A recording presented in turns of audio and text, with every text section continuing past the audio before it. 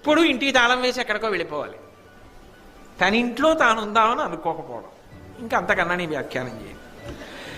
అధిక నిద్ర అయిన మానిని, ఎప్పుడూ నిద్రే, ఎప్పుడూ పడుకోవడమే. ఇంకా నాకు దానికి వ్యాఖ్యానాలు వద్దు కాబట్టి దొరకదు, నేను వదిలిపెట్టేస్తాను, అలాంటి చోట ఉండను అంది లక్ష్మీదేవి. అబ్జనీ తటాక తరుషండ పుష్పవాటముల నిలుతూ, బాగా తామర పూలు విరిసినటువంటి కోనేరు ఉందనుకోండి, అక్కడ నేను ఉంటాను. పువ్వులు పూసిన చెట్లుంటే అందులో నేనున్నాను. నేను నా ప్రవచన ప్రారంభంలోనే మీకు లక్ష్మి అంటే ఎలా ఉంటుందో చెప్పాగా, ఆకుపచ్చని ఆకులతో ఉన్న చెట్లలో నేనున్నాను, అవన్నీ లక్ష్మియే అని లక్ష్మీదేవి చెప్పిందయా ధర్మరాజా.